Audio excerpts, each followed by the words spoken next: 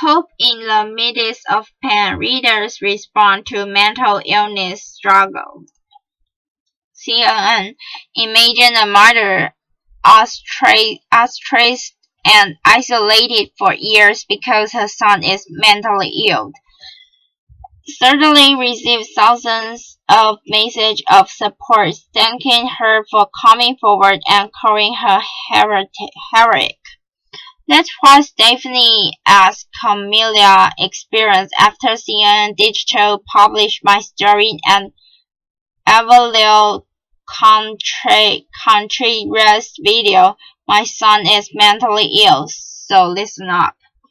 The response has been overwhelming. Thousands of messages by email, Twitter, and Facebook had poured in from across America and from around the world, including Zimbabwe, the Netherlands, and South Africa.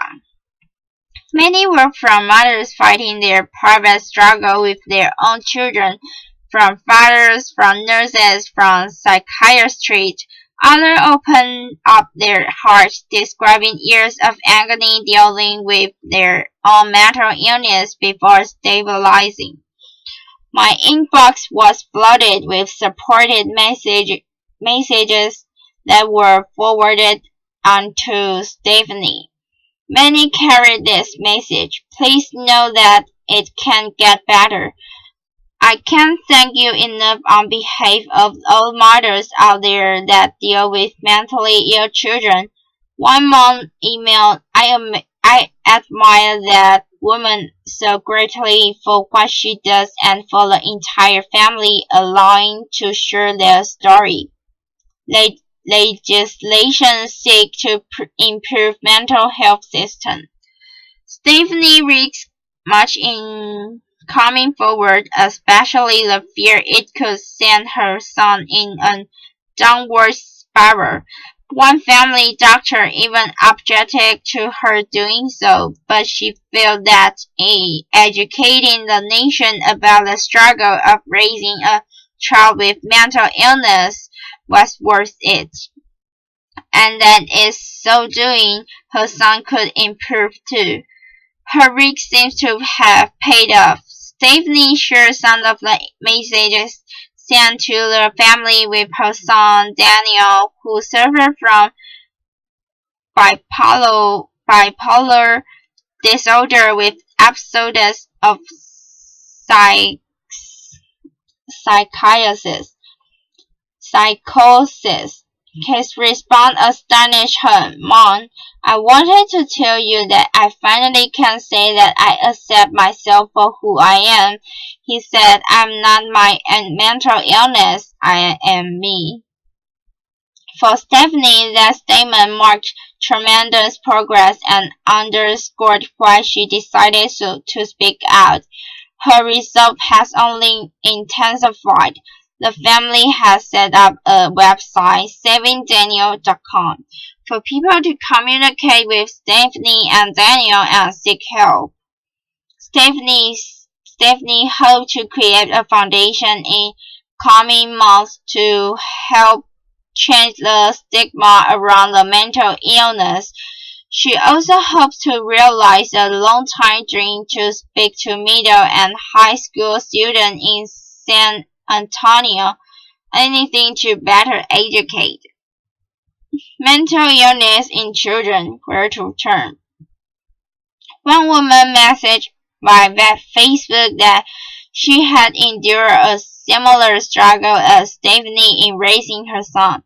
Now, a highly functioning 23-year-old, my advice to the mom you interviewed be a bold joke on bridges. Never let go, Romaria Bond. It will get better.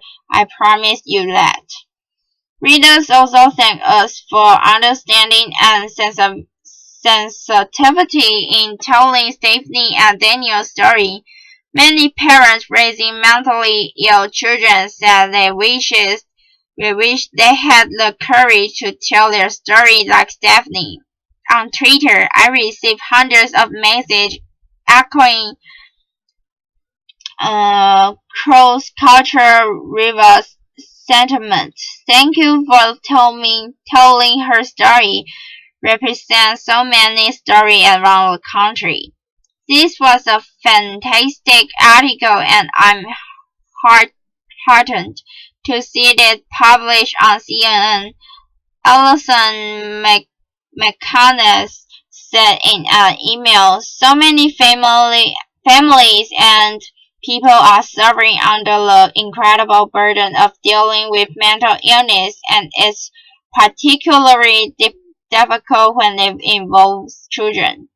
Many call this issue of mental illness the most important story of our time, yet one that is routinely ignored. They pointed out that children cannot stay on their parents' health care plans until the age of 26. Yet a mentally ill son or daughter can make all their own health care decisions when they turn 18, regardless of parental input. This resulted in our jail and prisons being filled with people with mental disorders. Readers pointed out, and all too often our cemeteries too. The problem no one seems to address is when this kid turn 18, we as parents no longer have control. Email Mia Street John, a world champion boxer who cared for her mentally ill son. The parents will tell the same story. There was nothing we could do, or our hands were tied. I have been fighting the system for years, and nothing will change until we granted rights to help our sick children. Wendy Suffolk knows the pain of losing children child to mental illness. On December 1st, 2010, my intelligent, outgoing, athletic 16-year-old son TJ died by suicide, she wrote. TJ battled depression but was a master at hiding his struggle. Since losing my son, I have tried to earn everything I can to depression and my other mood disorders. I was shocked to find out how many people battle mood disorders and how difficult it is to get treatment. Safik emphasized another key point. Mental illness affects rich and poor alike. The Safiks had money and resources, yet it wasn't enough. The most poignant outpouring came from those who could relate it to Daniel. They share a very private struggle. Most asked not to be identified, but said they wanted Daniel to know there was hope.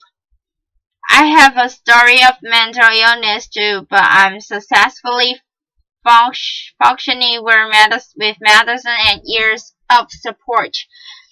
A reader wrote in an email, I celebrate all the parents and professionals who quietly, bravely fight for the sick ones. They suffer when they help, but we all suffer if we don't help.